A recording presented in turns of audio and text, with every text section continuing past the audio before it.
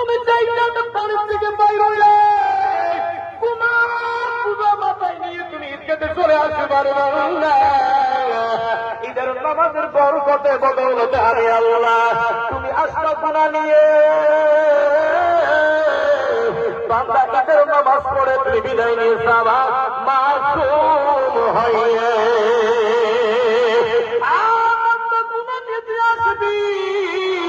আমি আল্লাহ ধরে জীবনের গুনাহ খাতাগুলো ক্ষমা করে বাড়ি থেকে পাঠা করে বলেন সুবহানাল্লাহ। নবী আমার হাদিসের ভিতরে জানা যায় রমজান মাসে প্রত্যেক দিনে 1 লক্ষ বান্দাদেরকে জাহান্নাম থেকে মুক্তি দিয়ে দেয়। প্রত্যেক রাতে 1 লক্ষ বান্দাদেরকে জাহান্নাম থেকে মুক্তি দিয়ে দেয়। হিসাব করে প্রত্যেক দিন 1 লক্ষ করে 30 দিনে 30 লক্ষ। সুবহানাল্লাহ বললেন না? 30 দিনে 30 লক্ষ। হিসাব শুনেন, 30 রাতে 30 লক্ষ কত হইল? সুবহানাল্লাহ বললেন না? 60 লক্ষ।